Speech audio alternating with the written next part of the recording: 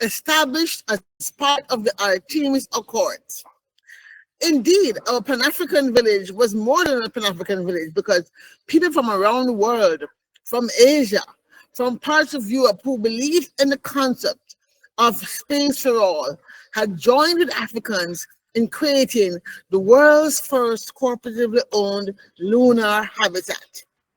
Now, how we got to the moon is a very long story, and it all began back in the year 2016 when, upon hearing about an event called Emerge Festival of the Future, I decided to throw my hat in the ring to write a story about having sports on the move. The theme of the event was Sports in the Future, Sports 2040. So, of course, Jamaica being a sporting country, I had to make sure that Jamaica was visible and very visible in the year 2040 in sports.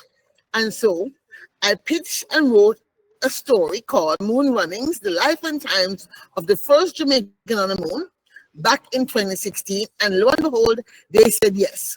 Well, I performed the story.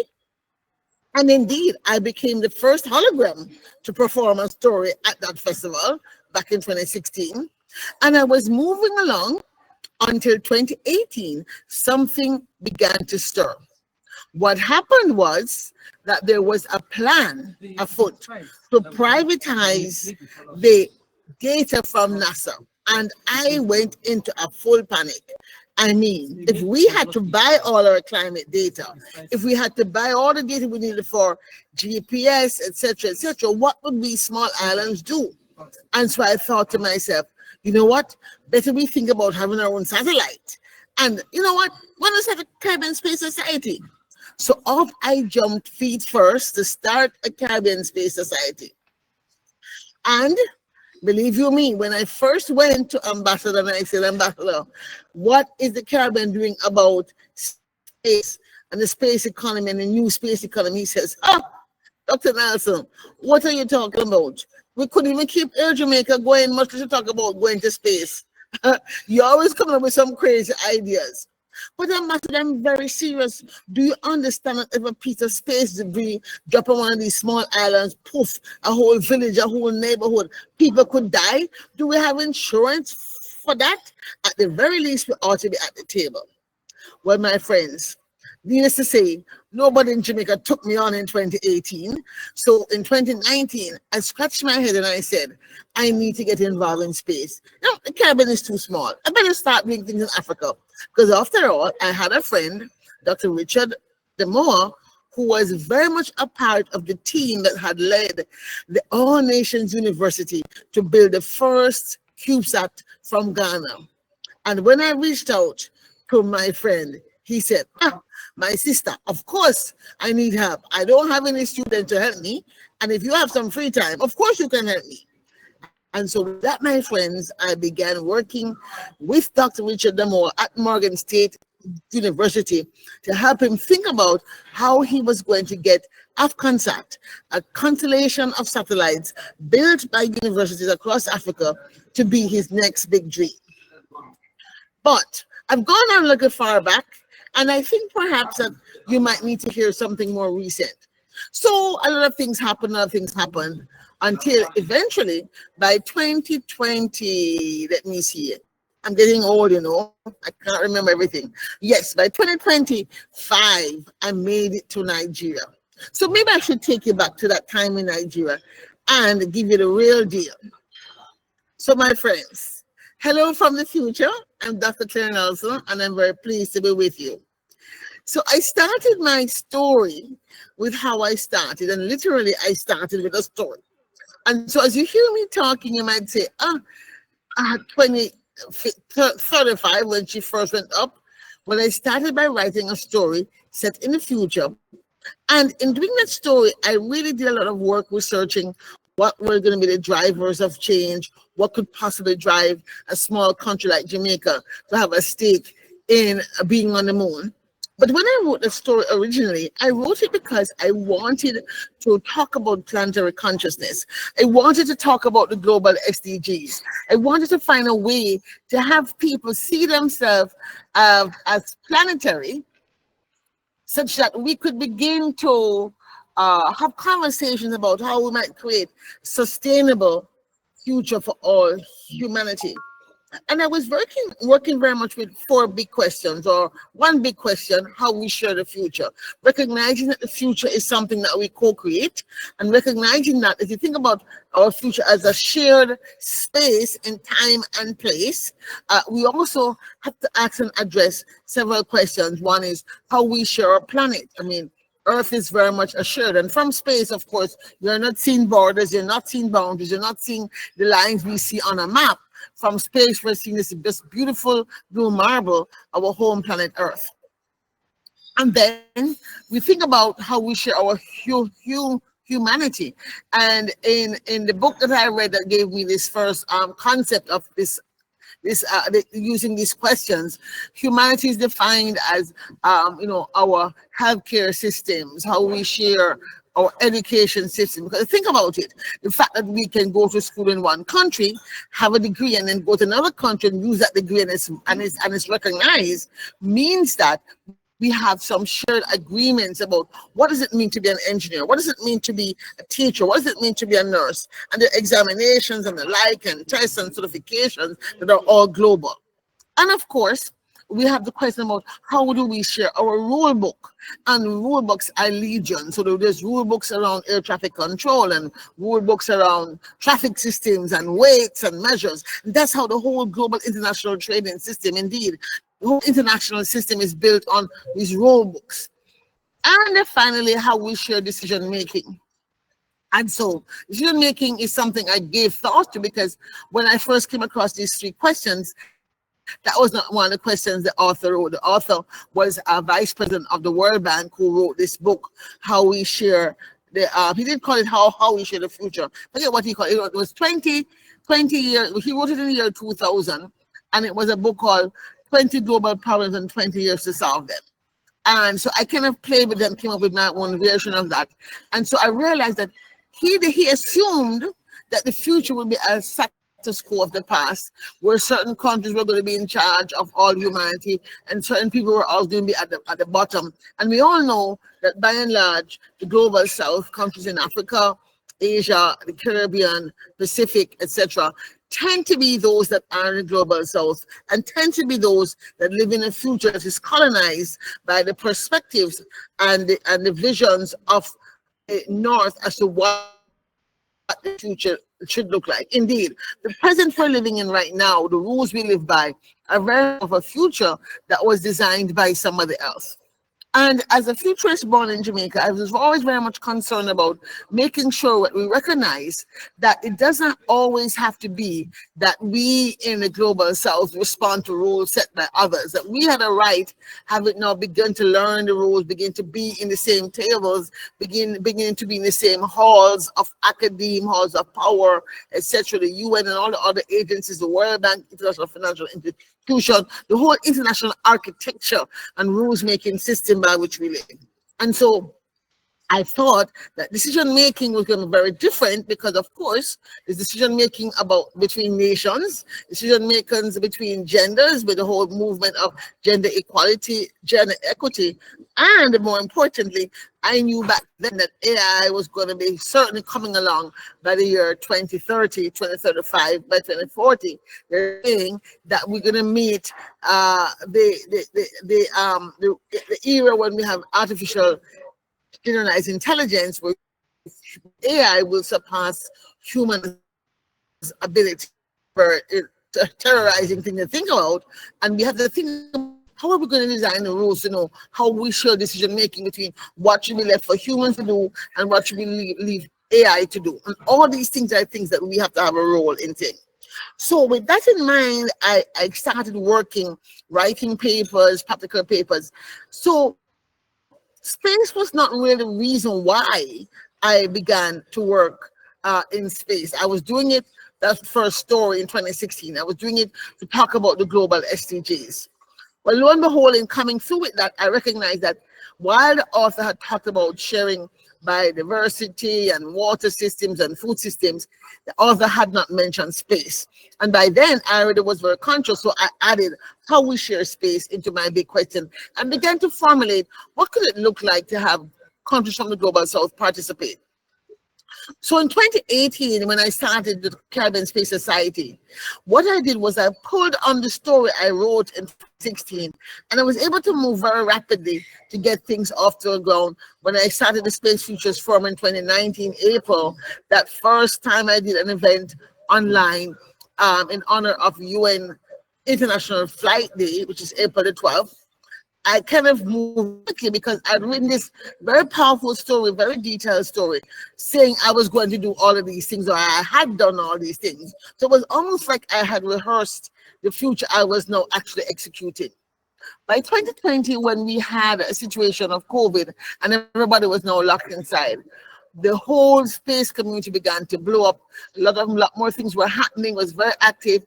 And of course, my friends from Africa and myself were on the internet a lot, planning all kind of projects, precision agriculture, and I was doing a lot more events in space and got to meet quite a few of the young people who are young professionals working at Africa Union, like Misha Kinwa, who's a space education officer, and he and I became very good friends. And so with that, we decided to move more rapidly, and the first thing we did together was put together a small proposal to write a grant for an organization called Space Frontier Foundation to look at putting together a network of universities to do a climate data project. And so the first project I did was with Mishak as the principal investigator along with myself, was to set up a network with Morgan State University in the US, University of Mauritius, Northern Caribbean University in Jamaica, Charles Darwin University in Australia, and Oulu University in Finland. And the idea was to put these sensors and for us to learn how to work together as international schools with different rules, different levels of financial capability, technical capability, etc., etc. And the project was off to a start. And that was how I got my first start in working on space. But you know, when you put your foot in the water, things happen. And so from there, Mishik and I decided, okay, let's do more work on space-based solar power, for example. That still has not gone very far because we're not been able to get the funding to buy the equipment we need, and that requires a lot more equipment. But every now and again, we stop and we think about what other ways in which we might actually move forward. And in between moving forward, I learned about something called the analog astronaut community. And so by 2022, I had been going to, when COVID was over, I started going to physical meetings, and I went to 2 space meetings that year. National Space Society, one of the biggest organizations in the United States of America, and this analog space conference in Arizona, where my eyes were opened by that, because I realized finally there was an entry point that I could have. Okay, I knew I didn't know enough about satellites. I couldn't be a satellite engineer. I knew nothing at all about rockets and had no interest in, how to say in Jamaica, hotting up my brain trying to figure that out. But the analog astronaut, pretending I'm on the moon, well, I already had done that, right, in my story. So now I can do it for real. I can learn what they do and begin to do the same things. So the analog astronaut community is where I decided to really pitch my tent, literally, to create a platform. And why? Because in the meeting, I found out there was a plan to do something called the world's biggest analog. And when I asked the question, well, is Africa in the room? They said, well, there's no groups in Africa. And my brain almost exploded. I said, well, this is something I can bring. And so I decided then and there, that May 2022, to launch an analog astronaut community and a habit in Africa. So by 2023 January, I was in Kenya doing my first scouting of what would happen.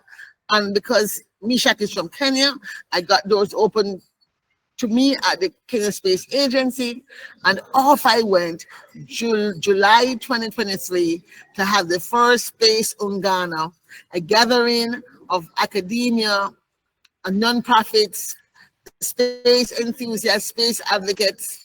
And now I saw myself not as an advocate, but as a space actionist. I was taking action to do something, to build something. Yes, it would be on Earth, but it would still be something that would contribute to making sure that people from the global South, people who had no funding, people who are living on limited income, could still have a space at the table. And so, my friends, that is how Space Unganna was born. So we did 2023 in Kenya, 2024 we went to Ghana, and this year, July 19 to 26, we had Space Unganna in Nigeria. And so many of you were not able to make it. I think one or two of you were online when we had the event in Abuja, but it was a 7-day extravaganza. We started on Saturday, the 19th, as a pre-moon day event. We had youth engagement enterprise. We partnered with African Space Foundation. And then we launched the Africa University of Science and Technology Space Club on that day. The next day we worked together and we had a bonfire. It was fabulous. Told stories, played games, and just got camaraderie in celebrating International Moon Day, a passion of mine. I was an active member, or have been an active member of the Moon Village Association for some time, and indeed I serve as a global goodwill ambassador for the organization to help bring more awareness about International Moon Day. And I've been really trying to get more Africans involved. So this year, I have to get 2 events involved, one in Nigeria where I was at, and one in Kenya where I didn't get to go because I was over here, but I got some of my colleagues who are still involved in the project, developing the project in Kenya, to do a Moon Day event out in the North Horr region of Kenya, northern Kenya, where we intend to have our habitat, at least our first simulation of a habitat this October for World Space Week.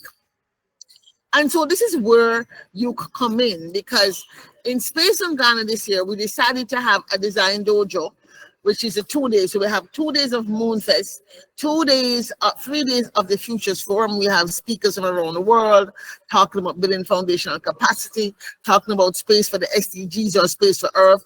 And day 3, we talk about space sustainability, space exploration, and space settlement. And as you all know, Nigeria has started, has joined the Artemis Accord. Nigeria, along with Rwanda and Angola. And so it's very important for me to come to Nigeria this year, the most populous country in Africa, to ensure that Nigeria didn't just join the Artemis Accord and just, be there on paper. I want to make sure that as the plans are being made to have humanity on the moon, that there's a group of Nigerians doing analog astronaut research, doing lunar habitat research, like other communities in the US and Europe. One group has started doing stuff in Jordan. Another group is about to do stuff in Morocco. So I want to make sure that Sub-Saharan Africa was at the table. And so the idea for the design dojo was to do 3 things. So we had 3 different teams doing work. One worked on AfricanSat, the African constellation to be done by universities. One worked on the OASIS project, the Omni-Africa Space Exploration Analog Simulation Project, which is building out the habitat. And the third group worked on my latest idea, Space Dunya. Dunya is a Swahili word meaning world. And it's to do a metaverse platform that could bring African NGOs, African academics, African space advocates, enthusiasts, etc. together. So we might have a space where we might work a lot doing design that is much more able to simulate the reality. So my vision for the metaverse is to have a place where we can not just do education and training and workshops like this, but also where we can do simulation and gaming and a platform. Now, this is obviously a very big idea and probably a very expensive idea, but I really come to this story with the belief that through innovation, through tapping into the genius that exists in Africa, because there's many young people who come up with crazy ideas and they actually execute them, and then nobody actually believes it's real, so they don't get the support to make it to the next level. And I believe by creating an ecosystem such as the one I've begun to create with partnerships I'm having in Kenya, partnerships I'm developing in Ghana, and then my partnership with African University of Science and Technology here in Nigeria, and with other NGOs like Space Clubs Nigeria, that we'll be able to really identify, find, locate those genii, that's correct word in English, that exist across Nigeria and begin to be part of the conversation going forward. So this year, October, World Space Week, which is October 4th to the 10th, will be our first live rail camp in Kenya. And we want to simulate a lunar habitat with 30 residents, 30 astronauts from Earth. And we're hoping that we can get a couple of brave souls from Nigeria to make their way to Kenya to participate as astronauts. Number two, we're also hoping that we can find a way in the next 6 weeks to work together to make mission control be alive from Nigeria, out of the African University of Science and Technology, with space clubs from across Nigeria participating. Now, this is going to be a big challenge because we know that internet connectivity in Africa is very touched in many instances, and trust me, because in the hotels that I have been in since I've got there, I've been really struggling to be online from time to time. But I think if we plan properly and we organize knowing the limitations, we'll still be able to do a very useful simulation of a lunar colony and take on some research questions that are relevant to the African conversation. After all, we now have an Africa Space Agency. It's no longer each country for themselves. So I would assume that there needs to be a similar relationship between universities in Africa, NGOs in Africa, so that when we are presenting our concepts to the Africa Space Agency, we're already self-organized into clusters around issues already, satellites, whether it's space debris, whether it's, we're already having that transcontinental conversation and partnerships and collaborations.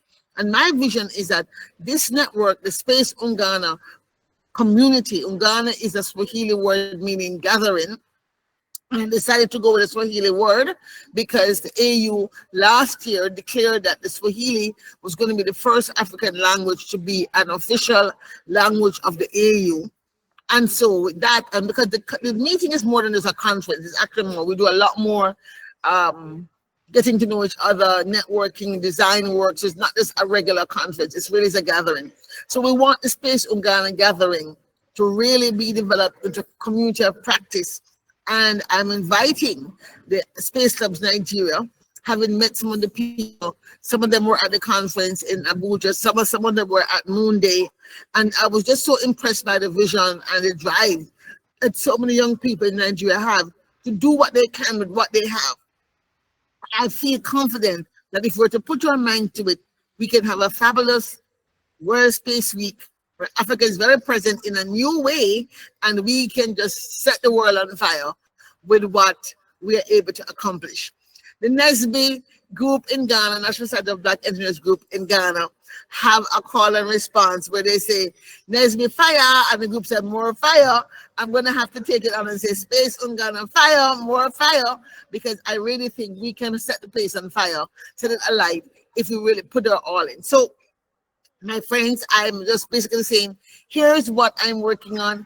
Here's the opportunity I'm giving you to really find your place in space, right? Some of you are satellite engineers. Some of you might see yourself as space medicine. Some of you might see yourself as spacesuit designers, rocket designers, climate scientists, astrophysicists. I mean, there's so many elements that have to do with the space conversation. Some of you might be in business. Some of you might be in policy. The reality is, whatever you are in, you have a place in space. You have to be able to, however, not just see it as a vague idea, but you have to really write a story of yourself in space. Feel the story, taste everything you're doing, and find an entry point. And I think the Space Unganna project, which would include either the AfConsat project or the Space Dunya Metaverse or the Habitat, would be a place for you to get your feet wet, learn to work that's within your space clubs in LASU, but space clubs across Nigeria, and of course with all of you universities that exist across Africa. Because my goal is to get as many African countries as possible to have even one space club and one university in every African country in the next year. Certainly, if I don't do every African, I want to make sure I get to all those that have a space agency. Every African country that have a space agency or a space commission or a space working group should have at least one space club in one of the universities, because the future belongs to the youth. The future belongs to you. And let me just say one last thing before I take questions. The reality is that last year at the UN Summit of the Future, there was one paragraph about space, and it was very vague. Why? It was very vague because there's so many unanswered questions. There's so many things to be decided. And so if Africa does not want to live in a future that has been colonized by the forces of Western Europe and the traditional people, the World Bank, the UN, etc., then it's up to young people like you to find your place in space now, right? And be at the table so that we can co-create a future where space is equitable, space is diverse, and space is inclusive of all humanity. So with that, I'd like to pause, and I'm able to take any questions and open the floor for discussion. Thank you again for having me. I'm looking forward to our discussion. Wow, wow, wow. Thank you, ma'am. That was fascinating. That was mind-blowing. And I really want to appreciate you for your amazing perspective, right? From not just me and not just from everyone in Space Clubs LASU, but on behalf of everyone in Space Clubs, we want to say thank you. Thank you for what you are using your avenue to do. Thank you for what you're using the Futures Forum to do. We say God bless you and greater heights to you, ma'am. Greater heights to you, ma'am. Right, on to the next. Moving on. Like she said, does anybody have any questions? Does anybody want to ask any questions? Or does anybody have any questions for Dr. Nelson?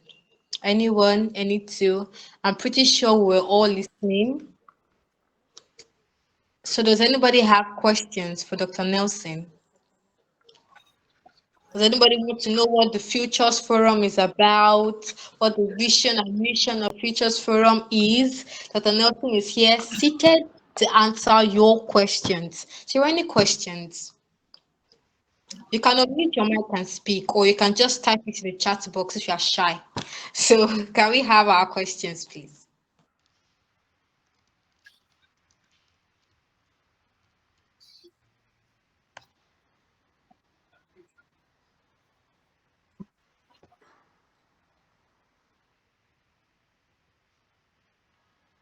Yes, you can drop your questions in the chat box as well if you don't want to unmute your mic and speak.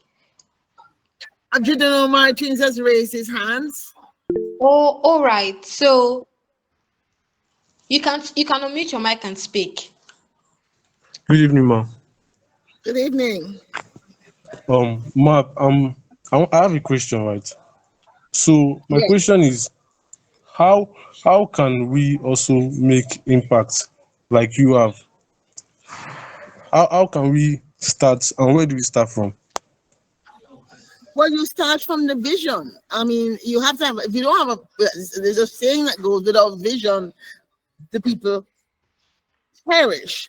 People who make impact are people who see a problem and say, you know what, nobody's tackling this problem, and I'm going to do my utmost to try to solve it, right? So anybody that has the sense of purpose, that understand that they're born for a purpose, and that has the courage to answer the call to purpose. And it does take courage. I mean, and one of the things I've learned over my years of I had a dance group in college. I had a folk dance group, and I left college, just started to write plays. I put on plays. I mean, one time I put on a play in Washington, D.C., and none of my friends came, and I was devastated. I lost a lot of money doing it, but I didn't regret it because something I wanted to do, and I had to test myself. So after that, I didn't do it again, right? Or I knew then from then, okay, if I do something, don't expect my friends to support me. Look for strangers. So I never do it the same way, right? So I'm saying that to say, at every turn you have ideas, but many times you don't have the courage to follow through on your idea. And what it does to make an impact, you have to first identify what is your purpose, what is your vision, and then answer the call to courage to step out. All right, thank you, ma'am.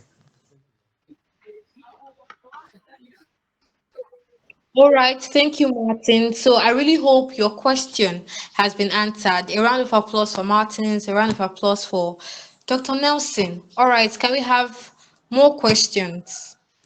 I mean, a lot of people ask that question or ask, how do you get started? I mean, there's no formula because to say other than to say get started. And you always get started by doing what you can do. You have no power over anybody but yourself, right? And so one of the things when I'm doing workshops about co-creating the future with young people, and they start on, oh, the government this and the government that, I shut them down immediately because like you have no control over the government. And the government, if you're waiting the government to do, well, you might be waiting forever. The question always, if you have a complaint about something, is what can you do about it? There has to be some part of the problem that you can tackle most of the time. Okay, maybe not all the time. So, for example, I'm very irritated right now about the whole climate engineering movement and geoengineering. And I have not been able to solve my area of my problem. But I tell you, I did what I could do. What I could do, and which I did do, was I harassed the people that I was finding fight. I, I was irritated because they were planning a project which I thought was crazy, and I thought they should not be doing a project that in the Caribbean. So I reached out to all the Caribbean powers that I thought of that should have a say. I told them. Only one of them answered me, by the way, and I said, "Imagine that." All these organizations whose responsibility it is in the Caribbean to look into these matters, and nobody took the time to even respond. And the only person who responded then said, "Oh, that's very interesting. Please keep us abreast of what's happening." And I'm saying to myself, why am I to spend my time keeping abreast of something that you as an agency should be in charge of? I'm not being paid to do your job. So I dropped it. But the point is, I gave 6 months of my time to harassing the organization and sending out emails time and time of again to get the people I thought who should be responsible. And having spoken to somebody who knew the organization, that person said to me, who was a so-called advisor, and he didn't see himself really as an advisor. He thought he was just put in there to be window dressing to say that they had consulted. And he also doesn't agree with the idea. So maybe that's why they don't talk to him. But if I could get the governments involved. So I tried, and nothing happened. So I'm trying to say, if something upsets me that much and I want to do something, I do as much as I can do until I'm satisfied that I have done my best. And so anybody here who wants to do something in space, wants to see Nigeria soar in space, has to decide to pick a lane and go after it with all you have, and ensure that what you're doing hopefully has one or two people to get started with.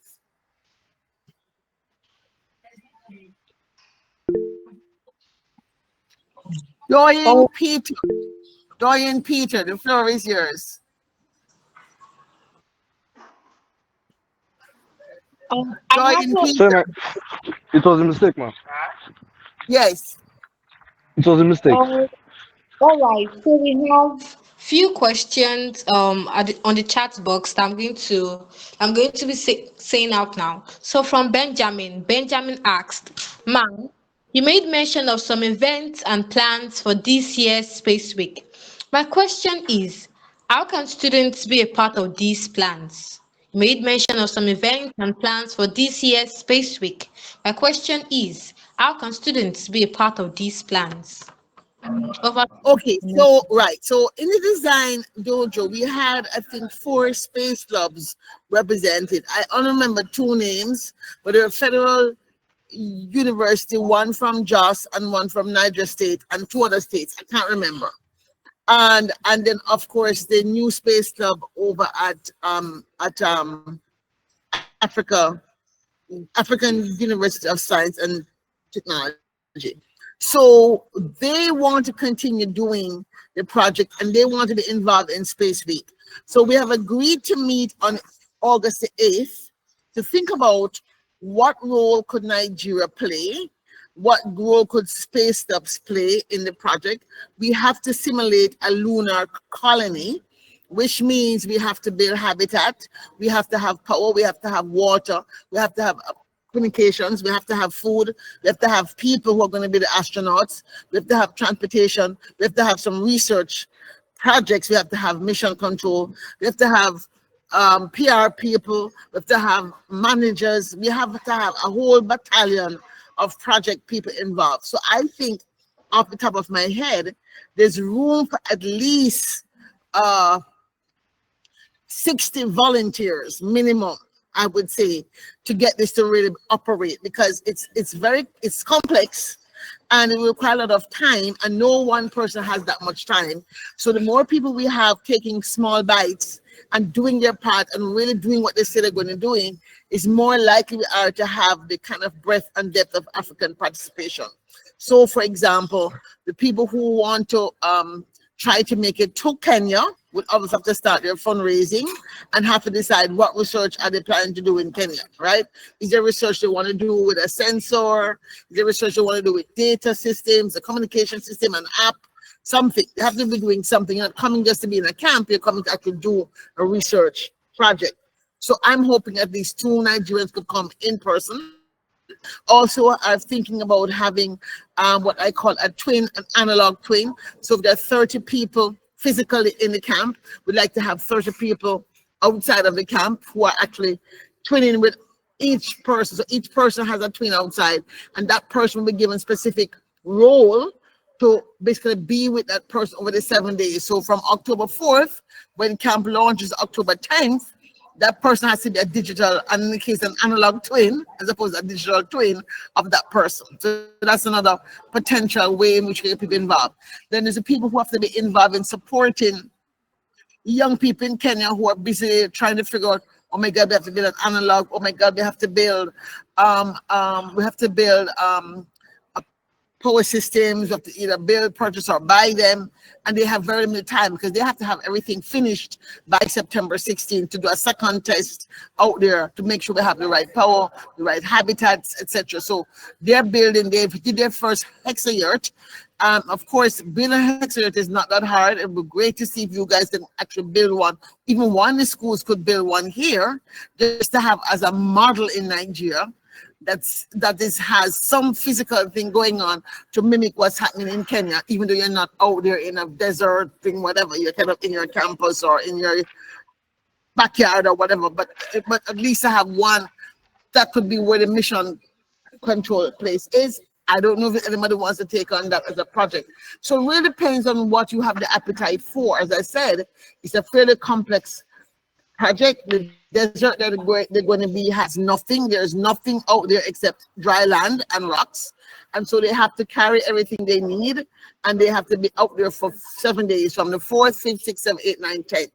Then following that, we have the world's biggest analog. For those people who may not be in school anymore and have free time, they want to actually hang out in Kenya for 3 weeks, could do all 3 weeks, right? Because there's a world's biggest analog begins right after that, and that's a global project where we're going to have to do research that is already set by somebody else, and that we want to have 6 astronauts in our camp, 6 to 8 maximum. We already have people who are analog astronauts already who have applied to come to our camp. As the African host, we want to really show up in a good way and not be like, oh my God, we went to Africa and it was awful.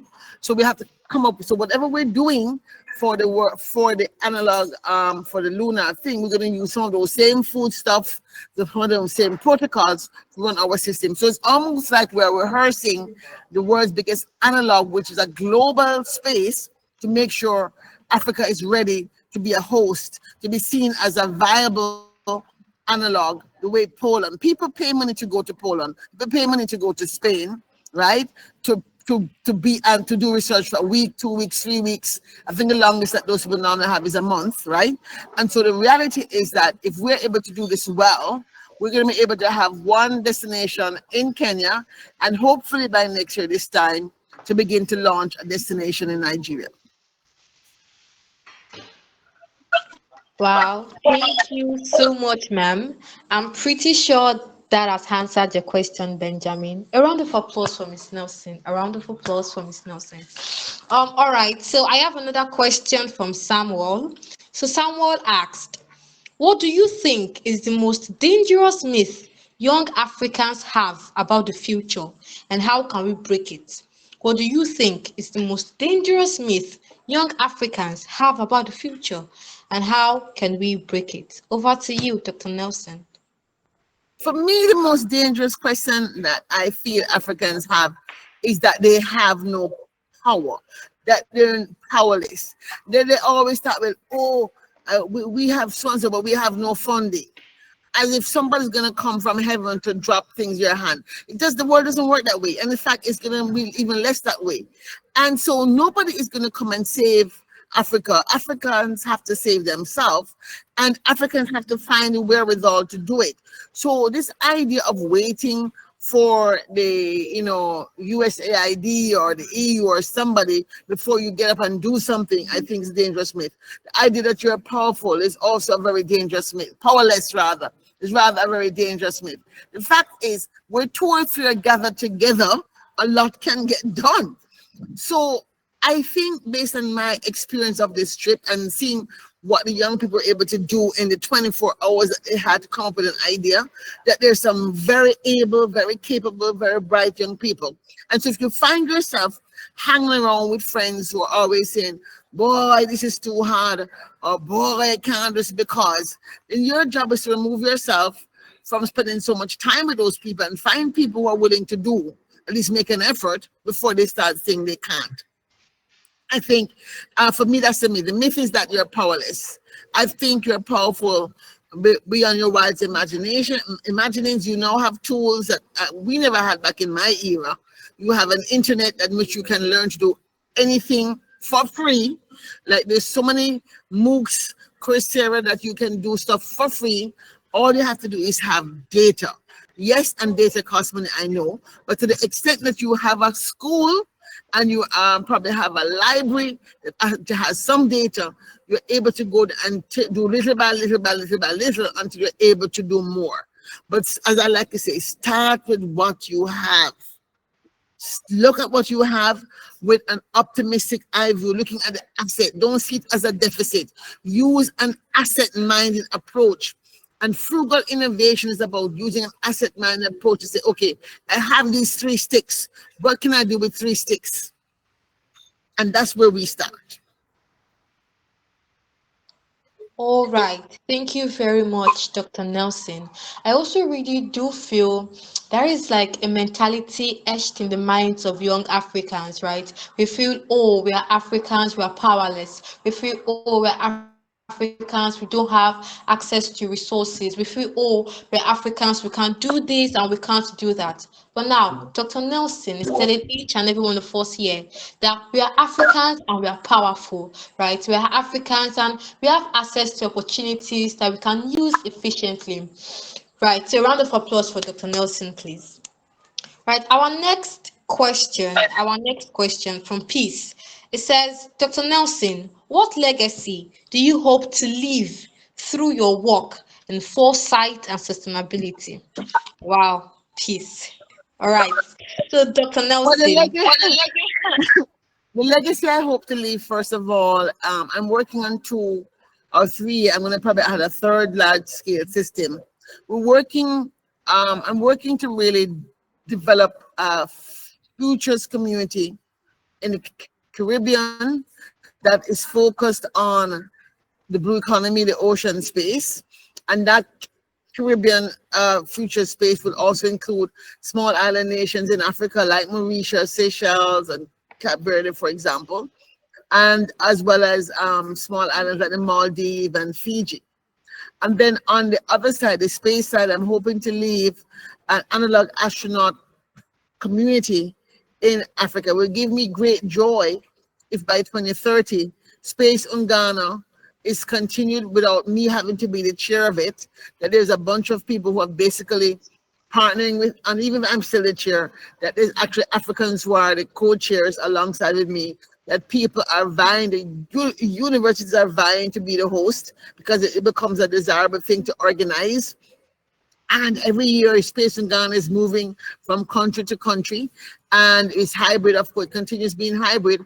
But now instead of having 30 people, we're having 300 people online, and maybe still a small amount in a room, because when the room is small, you get a lot of work done in a very different way. But I certainly like to see Space in Ghana reaching by the year 2030, 300 people online every day. I like to see the design dojo and the metaverse being in place, and an analog astronaut community, a space ecosystem, a consortium of universities that actually by 2030 have built and launched a constellation. That for me is the legacy I would like to see. It would give me great joy to know that the 3 years to date that I've spent, call it 4 because I started in 2022, that I spent in developing and working on these ideas and these projects and investing my savings into it, that people come alongside and say, hey, Dr. Nelson, I don't have much, but I have $5 and I'm willing to do this with my $5. That is what I'd like to see. I'd like to see us start with what we have. And with that, the legacy I'll be leaving behind is not just the physical things, but I'm leaving behind a community. And if Africa has 1 billion people, then that community will be 100,000 strong. 100,000 strong. That's only 0.001. Well, no, what is that? 0.0001%? That's nothing, right? So by 2030, 100,000 is really nothing to think about it. Nigeria alone should be giving me 10,000 people, right? So maybe I'm not ambitious enough. Maybe I should want 1 million people by the year 2030. And is it possible? You know, I believe it is.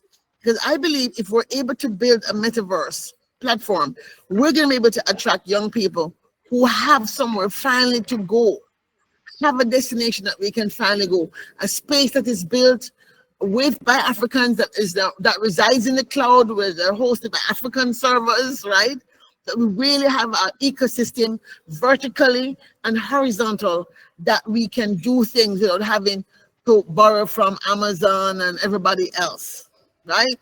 Yes, I think that by starting off with this project and recognizing all the things that we have to do, we need to have a cybersecurity system. Who in Africa is designing a cybersecurity algorithm that can say, okay, we've broken some new challenge and create a new model, a new, what do you call it, cybersecurity tool that now becomes world-renowned, the way we have Norton or all the other ones coming out of Russia and UK and Europe.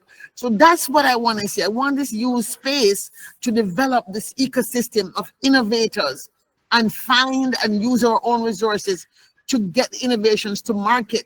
And so it means using space and using the science, the arts, the technology, the storytelling to awaken people to see themselves in space and see vividly what African can become in space. I'm looking online here and I see a question here. Number 2, in a world where Africa is often positioned as catching up, what will a truly African-led future look like? One where the continent defines the technology and cultural paradigms for the world. I think that I cannot sit here and tell you what would it look like, because that's what we're going to co-create. And so by having futures conversations, by creating a futures lab at one university, the African University of Science and Technology, my hope is that by creating this first lab, we begin to identify other universities. I have one in Kenya. I'm working to get one in Ghana. We begin to teach futures and foresight thinking, that these space clubs can have everybody. So not just the engineers, we'll have the creative people, we'll have the business people, we'll have the policy people. Now, everything we learn to do for space is transferable to some other system, the energy system, the water system, the legal system, the business system. So a lot of the problems we see around Nigeria, fixing potholes, for example. Yes, we know the roads are very bad, right? Managing waste. These are things that are, oh my God, why can't we just do this right? If enough young people are engaged in the next 5 years, people are in university right now and leaving, and they get to be system thinkers and futures thinkers, I believe that when you get into places of power in the universities, in the private sector, in the public sector, you, because there are enough of you, you'll be able to begin to change the status quo. Changing the status quo requires that there's enough of you believing in the same vision of what Nigeria can become in order to change it. And so if we start in space, right, and we have a robust number of people in the space clubs having this vision about what Nigeria can do in space and sharing the same vision. So the vision is that by 2030, we'll have, if not the full capability of building a space shuttle, we certainly would have been able to design one. We certainly by 2030 have a launch site. That's doable by 2030. Maybe building a space shuttle is not doable. I actually think it is, because the money is here. The question is, will the billionaires in Nigeria invest in it? That is the question. So how do we turn on those people to want to say, okay, I won't put my whole billion, but I'm going to put, 1 million or 10 million. And if 10 billionaires put 10 million, it's 100 million, right? And because we're doing frugal innovation like India, and we have done all of these little experiments and little tests, some one of you guys in one of these space clubs will hit upon the most brilliant idea, and you have a prototype that truly is transformative. You come up with some technology or a new approach to doing energy that has not been done before. I believe that these things are impossible. Maybe I'm a dreamer, but my philosophy is dream big, and then after I dream big, then I think. Wow. Wow. Mind blowing. Fascinate. At this point, Dr. Nelson, I want to be like you when I grow up. I want to be like you when I grow up. Could we hear that vision? Could we hear that impact? I could literally envision our vision in my head. Wonderful. Wonder. I'm mind blown. I'm really mind blown. Mercy, Right? and mercy, and mercy, and mercy. Let me just say it, right? When I was writing my story back in 2016, right? So now I had the story written and got, okay, so I've got to go to the moon. Jamaica's gonna have a sports team in the moon. There is no way Jamaica can get to the moon because we don't have no rocket. I know shuttle. So I thought, well, how are we going to get to the moon? And then I said, well, because Africa, because the AU has the six constituents, Jamaica is considered part of the six constituents of Africa, right? So, therefore, between South Africa and Nigeria, one of those two countries are going to build a shuttle by 2032. So now I'm convinced, since everything as I'm doing is happening, everything as I wrote about in 2016 is happening now in my real life. Even though it was a story back in 2016, it's now beginning to happen. I'm seeing it happening. I'm saying, okay, so now my job is to find a person in Nigeria who's going to actually build the shuttle. So I got to go to Nigeria and figure out how to get them started. Right? So for me, everything I do is like you plant a seed. And so planting a seed is just by talking about it, you don't know who is listening and saying, maybe for my PhD thesis, I should do an engine, or I could do some research, because as a child or in high school, I came up with this idea and I left it, but now maybe I can actually do it now that we have a space agency. We don't know. But because of my crazy idea, one of the crazy person in Nigeria met me right now, listening and saying, why not? Why not me? Why not? And it could be just one subsystem of a shuttle. You don't have to build a whole shuttle, but if you know the major part is the energy, then maybe I can tackle energy. I can tackle the thruster. I can tackle it, whatever. So it takes teamwork. The popular phrase, it takes teamwork to make the dream work. Space Clubs Nigeria is already forming itself into teams by existing. So remember I said I always start with what is. So it wouldn't make sense to me to come to Nigeria and say, oh, well, I don't want to work with Space Clubs Nigeria because I don't know these people. I haven't met my own people. No, if Space Club Nigeria is what is, then working with the asset of Space Club Nigeria, we say, what can Space Club Nigeria do in this next year? For me, by October, we can do the world's biggest analog and World Space Week.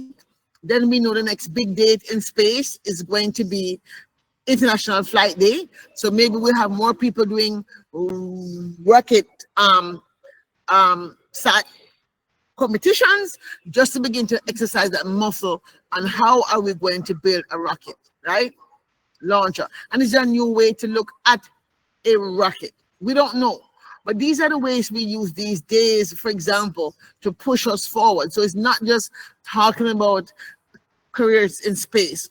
Space Clubs Nigeria should always have 2 or 3 things going. One group working on a practical research, one group working on policy research, and one group that is just out there educating others, educating your family, educating your friends that are not in the space. Like, why into this foolishness? We need more food. Nigeria don't have enough food. We don't have our currency is slipping. All the bad things are happening, yes. But if we can walk and chew gum, and I think we can, you have a dream that is keeping you hopeful and optimistic. So the story is what daily habit or mindset keeps you rooted while working on such big long-term visions. If I was to sit down and think about everything that could go wrong and everything that has gone wrong, and things have gone wrong, I don't want to make the thing is easy. I mean, for example, I was working with a young person in Nigeria, and the person basically shafted me, right? And the person is still trying to shaft me big time. I now have to say, okay, do I fold up my marbles and say, you know, I don't need to be in Kenya and just leave Kenya, which I was told, leave Kenya, we don't want you here. Okay, fine. You don't want me here. It doesn't mean nobody in Kenya wants me here. I don't know about that. Let me work with the people who want me in Kenya. And there are people in Kenya who still want me to be in Kenya. And until such time, I will be in Kenya, right? But having that foundation of somebody who you think you're going to be partnering with turn on you like a rabid dog, quite frankly, was a very frightening and emotionally draining thing for me. It took me days to stop being depressed, wondering why am I doing this, questioning my sanity. Should I just be, you know, doing nothing, going home to Jamaica and just being on the beach? Why am I taking up this madness? You know, Africa doesn't really need me. I have enough people to do it. But if that's what's on my mind and I don't really see it happening the way I think it could happen with the experience I have living in Washington, working in international development, I think there are things I know that other people don't know. So if I can at least do my part and find people who can do their part, then we can move the agenda. So for me, coming to Nigeria was this year, as opposed to going back to Kenya, was deliberate because Nigeria is the biggest of the 3 countries that have signed the Artemis Accords. We don't know what's going to happen with the Artemis Accords, but in the meetings I have been in, I recognize that private sector in the United States is still pushing the agenda, and academics are still pushing the agenda. And so it's very important for me to get academics and young people in Nigeria that have signed the Artemis Accords to be actively engaged in monitoring, participating in things that are relevant to the Artemis Accords, so that Nigeria doesn't just sign a document and then nothing happens. Nigeria signs the document and eventually there's a startup from Nigeria, and like other countries participating in those meetings to talk about what will they be willing to speak. So for example, in lunar surface meetings, I tend to go and attend as an energy person. Why? Because I believe that that is where I'm most likely to find people in Africa with capabilities. And by signing up and being in a room, if I come across somebody who's doing some fantastic sensor that is powered by some new, you know, energy system or whatever, I can say, hey, now that person's technology can be the technology that I partner with a person to put forward as something that's coming out of Africa, Nigeria, Kenya. But Kenya has not signed the Artemis Accords. So we need somebody from Nigeria who's doing something so that the company can be recognized as part of the quote unquote, the approved countries to participate with the US in doing research relevant to the Artemis Accords. All right, thank you very much, ma'am. We'll be having one last question before we close the question and answer session. And it's from Peace.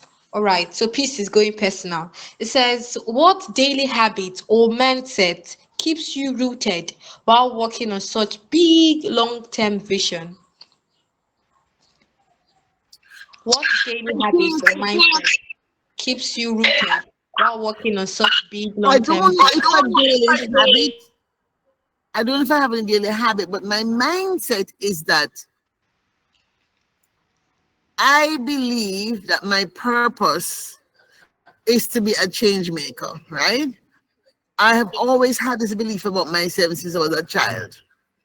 And having lived this long, I recognize that I have been able to change systems with very little power, as in titular power, because as I once told a supervisor of mine who said I was wasting my time, at my job, I was trying to fight for an anti-racism and diversity program in an organization. I was told it would never happen.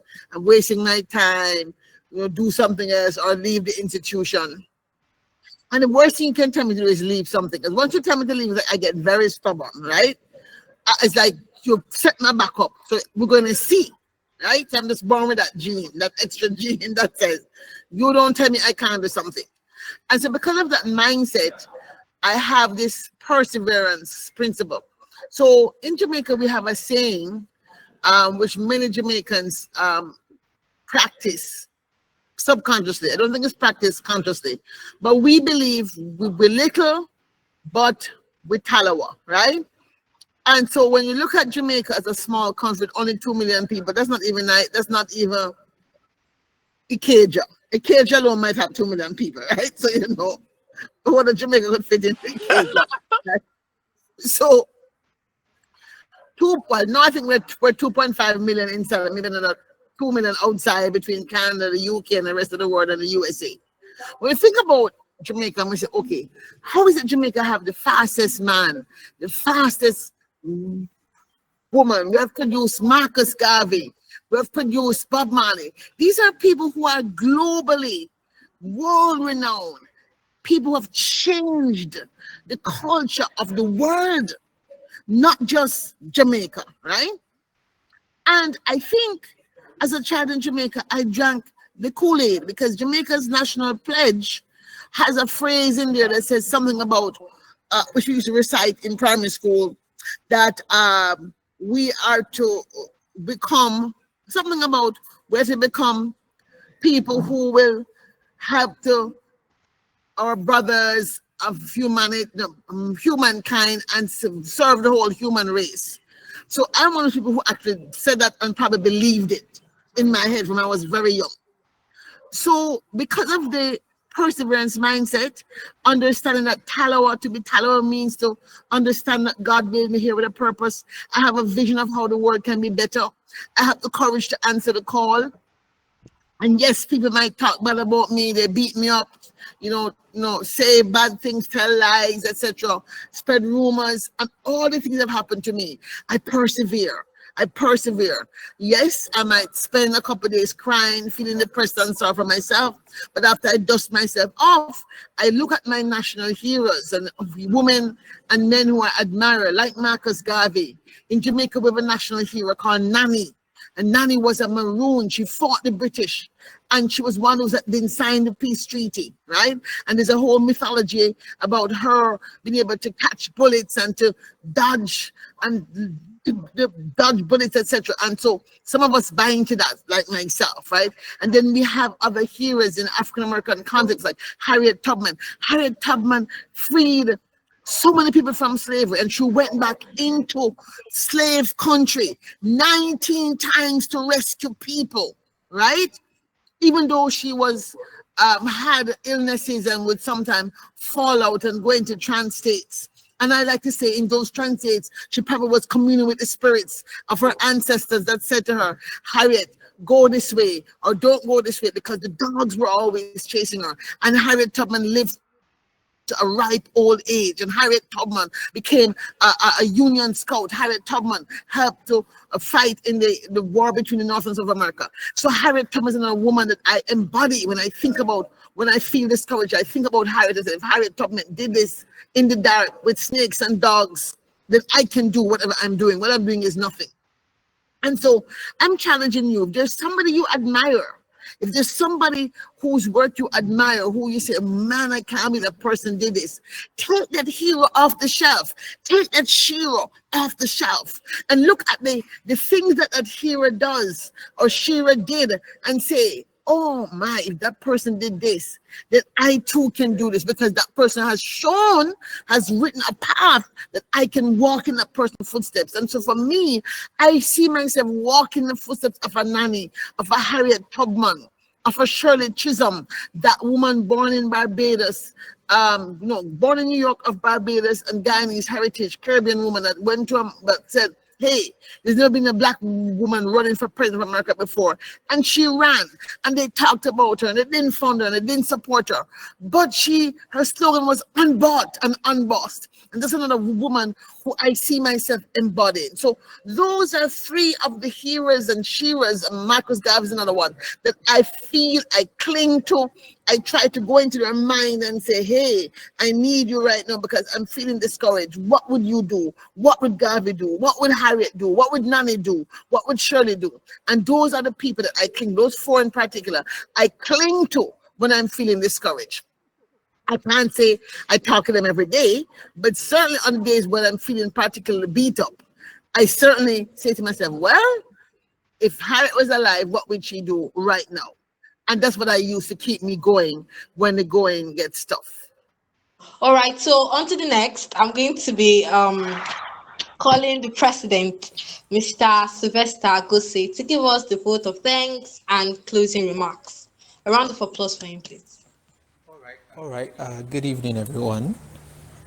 Good evening, Dr. Nelson. Yeah, I must say, what a moment, what a message, what a mind, right? Because on behalf of Space Clubs Lagos State University and everyone in this room, I want to thank Dr. Nelson for giving us more than just knowledge. Because Dr. Nelson gave us truth and she gave us a challenge. And one thing she said that I know would stay with many of us is that nobody is coming to save us. Right? It's not just a statement, it's a wake-up call for each and every one of us.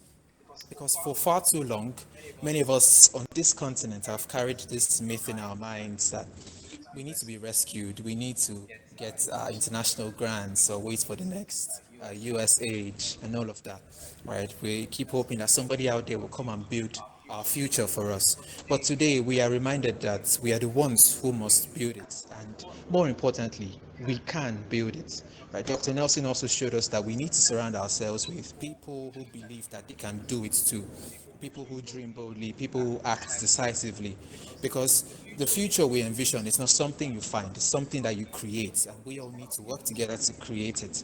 Right? And also this morning I had a chit chat with Dr. Nelson, right? And she also shared something really profound, that there is a need for us to preserve the curiosity of people who haven't been educated out of their curiosity.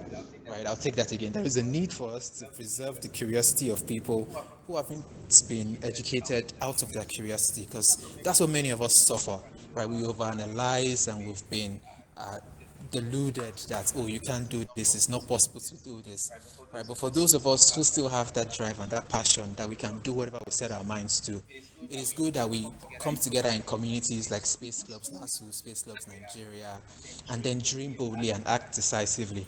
And that's really, really hit me this morning, because sometimes our systems silence the very questions that could change everything. Right. So today I want to leave everybody on this call with this. You should hold on to your curiosity, you should protect it, you should nurture it, and let us stop waiting. We need to start building, and we need to do it now. We should dare to imagine big. We should take action, and we should not just take action alone, right? We should do it together, because at the end of the day, nobody is coming to save us, but maybe, just maybe, we're enough, and that's all we need. So I want to thank everybody once again for being a part of this experience, right? The future is wide open, and yeah, let's go and create the future we really desire. Thank you very much, and thank you, Dr. Nelson. Thank you so All much, right. Phil. It's a pleasure, absolute pleasure to meet you this morning, and absolute pleasure to hopefully stay in touch with you and have you join my band of crazy people.